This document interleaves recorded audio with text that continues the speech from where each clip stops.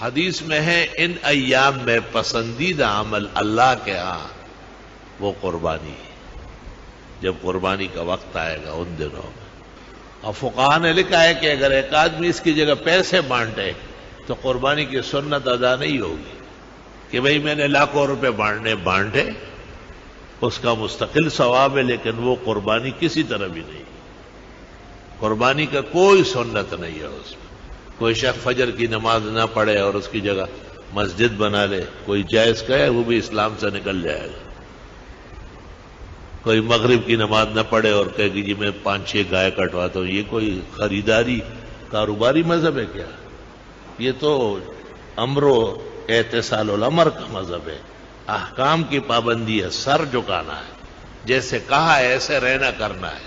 اس لیے پور فنڈوں کا کام نہیں ہے، نہ سالانہ میلوں کا کوئی رنگ ہے، یہ ایسے ہی زنادقہ اور ملاحدہ ابس باتیں کرتے ہیں فضول۔ شرائع کے مقاصد و اسرار و حکم سے بے خبر قوم، انبیاء و مرسلین، اولیاء و متقین 1400 سال سے اہل ایمان، اہل اسلام قربانی کی سنت پر قائم دائم ہے، اور اللہ بزرگ و برتر نے ایک خاص شان نصیب فرمائی ہے۔